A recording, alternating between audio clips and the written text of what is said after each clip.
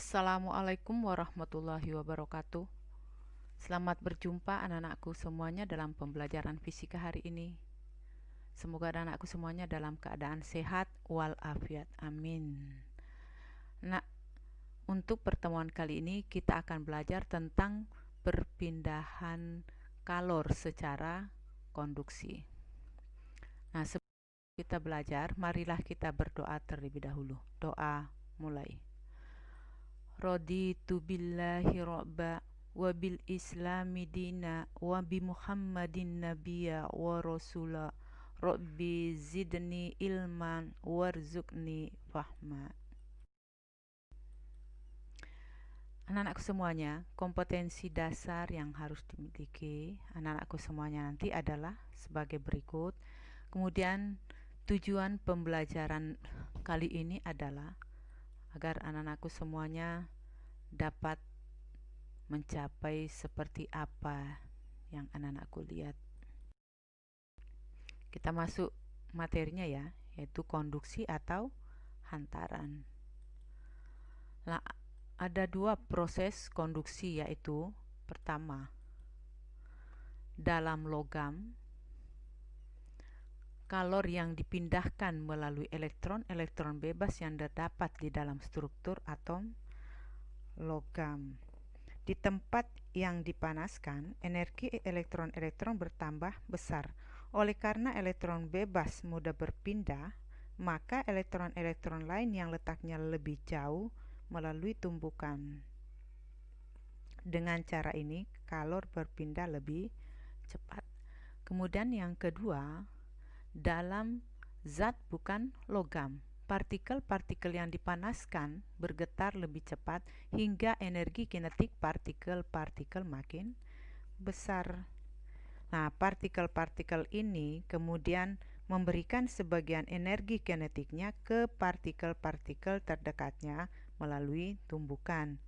Nah, demikian seterusnya hingga kalor mencapai bagian ujung benda yang dingin atau tidak dipanasi. Hanya saja proses seperti ini akan berlangsung sangat lambat karena untuk memindahkan lebih banyak kalor maka diperlukan suhu yang lebih tinggi antara kedua.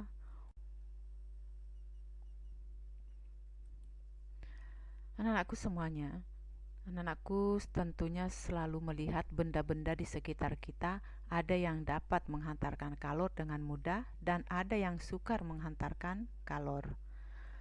Nah, benda yang dapat menghantarkan kalor dengan baik itu dinamakan konduktor.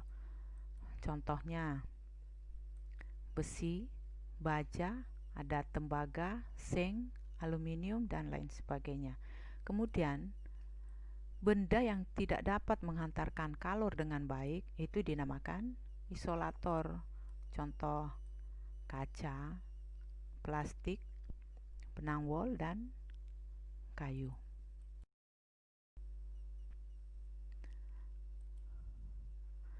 Nah, kita lihat di sini ada gambar batang yang diberi pemanasan atau diberikan kalor. Kemudian di sepanjang batang ini dipasang 3 buah termometer. Nah, anak-anakku bisa lihat termometer yang menunjukkan angka paling besar adalah termometer yang dekat dengan sumber panas. Kenapa? Karena suhu di sini adalah suhu yang paling besar. Nah, di sepanjang batang ini akan terjadi hantaran kalor melalui tumbukan partikel-partikel yang ada di dalam batang. Tumbukannya dimulai dari yang mendapatkan pemanasan lebih besar akan menjalar sampai ke ujung, sehingga dapat ditarik kesimpulan bahwa konduksi atau hantaran adalah perpindahan kalor melalui suatu zat tanpa disertai perpindahan partikel-partikel zat tersebut. Contoh konduksi yaitu yang pertama adalah knalpot motor menjadi panas saat mesin dihidupkan. Nah, saat mesin dihidupkan, maka mesin tersebut akan panas. Nah, panas atau kalor yang ada di dalam mesin ini akan rambatkan ke dalam knalpot motor melalui proses konduksi. Contoh yang lainnya, anak-anakku biasanya kalau membuat teh, maka sendoknya dicelupkan di air panas, kemudian ujung satunya dipegangi. Maka yang paling panas adalah ujung yang dicelupkan di dalam air, kemudian panasnya itu akan merambat ke ujung yang kita pegang. Jadi kalori yang diterima itu akan merambat melalui hantaran atau konduksi. Nah, kita lihat di sini ada batang logam.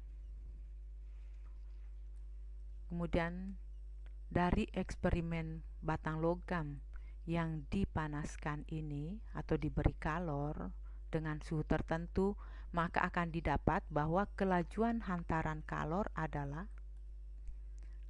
yang pertama, besarnya berbanding lurus dengan gradien suhu. Itu artinya semakin besar kalor yang diberikan, maka suhunya semakin tinggi. Jika suhu semakin tinggi, maka kelajuan hantaran kalornya juga akan semakin besar. Begitu pula sebaliknya, jika kalor yang diberikan kecil, maka suhu yang diterima menjadi lebih kecil. Nah, kalau suhunya kecil, maka hantaran kalornya juga akan kecil. Kemudian yang kedua, yaitu kelajuan hantaran kalor berbanding lurus dengan penampang batang. Nah, penampangnya ini yang dinamakan luas penampang. Semakin besar luas penampangnya ini, maka hantaran kalornya juga akan semakin besar. Begitu pula sebaliknya. Jika penampangnya ini kecil, maka hantaran kalor atau kelajuannya semakin kecil. Kemudian yang ketiga, bergantung pada jenis batang. Anak-anakku tadi sudah lihat ada beberapa jenis batang, ada baja, besi, dan lain sebagainya. Semua itu mempunyai kemampuan untuk menghantarkan panas yang berbeda. Berarti kalau kita pakai besi dengan diberikan kalor yang sama, hantaran kalornya, kelajuannya tidak sama jika kita memakai beseng, karena jenis batangnya berbeda. Kemudian yang terakhir adalah kelajuan hantaran kalor berbanding terbalik dengan tebal batang. Berbanding terbalik artinya apa? Semakin tebal batangnya atau semakin panjang batangnya, maka kelajuan hantaran kalornya akan semakin kecil. Begitu pula sebaliknya, semakin pendek atau semakin tipis ketebalannya, maka kelajuan hantaran kalornya juga akan semakin besar. Nah, dari di atas ini, penjelasan di atas ini, atau dari hasil eksperimen di atas ini dapat ditarik persamaan secara matematis, yaitu H sama dengan Q per T, yaitu kelajuan hantaran kalor besarnya adalah banyaknya kalor yang dihantarkan atau yang diterima dalam satu satuan waktu, di mana Q itu adalah K kali A kali delta T kali T per L. Nah, kalau nilai Q ini kita masukkan ke dalam persamaan ini, maka H sama dengan K kali A kali delta T kali T per T kali L. Kita lihat di sini, T yang ada di atas ini sama dengan T yang ada di bawah, sehingga T ini bisa saling meniadakan. Maka persamaan akhirnya adalah H sama dengan K kali A kali delta T per L, di mana Q adalah kalor yang dipindahkan dalam satuan joule, kemudian A adalah luas penampang dalam satuan meter, delta T adalah perubahan suhu dalam satuan derajat Celcius atau Kelvin. K adalah konduktivitas termal dalam satuan Joule per meter sekon derajat Celcius, atau bisa juga Joule per meter sekon Kelvin. T adalah waktu dalam satuan sekon. Kemudian L tebal penghantar dalam satuan meter. Yang terakhir adalah H adalah laju perpindahan kalor dalam satuan Joule per sekon atau watt. Anak-anakku semuanya yang saya banggakan, untuk lebih jelasnya mari kita lihat contoh. Kita lihat contoh soalnya. Nah, dari soal ini kita lihat gambarnya bahwa panjang batang penghantar pertama sama dengan panjang batang penghantar kedua. Itu artinya L1 sama dengan L2. Kemudian luas penampang batang pertama sama dengan luas penampang batang kedua. Maka A1 sama dengan A2. Dari redaksi soal kita lihat bahwa koefisien termal batang penghantar kedua adalah 2 kali koefisien konduksi termal batang pertama. Berarti K2 sama dengan 2K1. Kemudian T1 sama dengan 150 derajat Celcius, T2 sama dengan 30 derajat Celcius. Nah, yang ditanyakan adalah berapa besar suhu pada sambungan penghantar ini. Suhunya berapa? Nah, kita ketahui bahwa laju hantaran kalor pada batang pertama besarnya sama dengan laju hantaran kalor pada batang kedua. Maka H1 sama dengan H2. H1 adalah K1 kali A1 kali delta T1 per L1. Kemudian untuk H2 adalah K2 kali A2 delta 2 T2 per L2. Kemudian ini delta T1, berarti suhu pada batang pertama.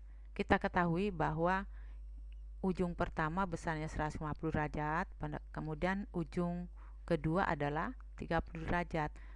Nah, otomatis di sambungan ini suhunya adalah antara 150 derajat dengan 30 derajat.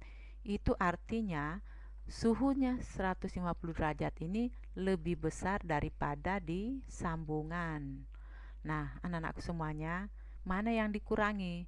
Lah, yang dikurangi adalah tentu suhu yang lebih besar min suhu yang lebih kecil. Berarti untuk T1 adalah T1 min TS. Kemudian pada delta T2 suhu sambungannya lebih besar daripada T2, maka TS min T2 per L2.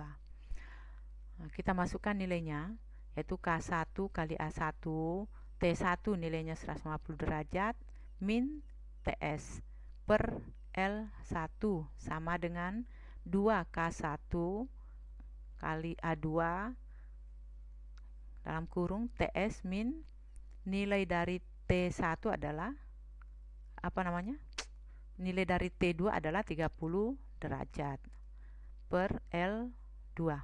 Nah, kita lihat di sini K1 ini juga K1, berarti besarnya sama sehingga bisa saling menyadakan. A1 juga sama dengan A2, kemudian L1 juga sama dengan L2, sehingga tinggal 150 derajat min TS sama dengan 2 kali TS min 30 derajat. 150 derajat min TS sama dengan 2 kali TS sama dengan 2 TS, 2 kali 30 derajat sama dengan 60 derajat. Nah, kita satukan yang sama. Ini 2TS. Ini kalau pindah ruas menjadi positif. Berarti 2TS ditambah TS sama dengan 3TS. Sama dengan 150 derajat. Ini kalau pindah ruas berarti menjadi positif.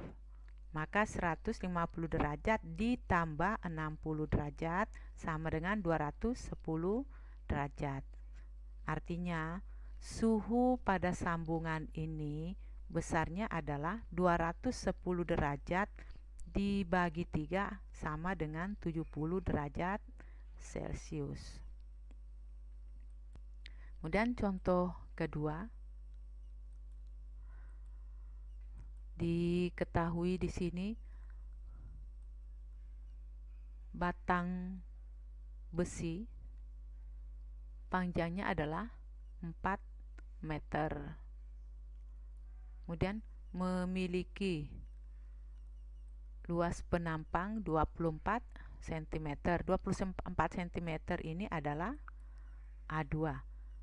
Nah, sentimeter ini kalau dirubah ke dalam meter, karena ini harus disetarakan, L-nya di sini 4 dalam satuan meter, maka di sini juga harus pakai meter kuadrat. Sentimeter dirubah ke dalam meter berarti dikali 10 pangkat min 2 dikali 2 menjadi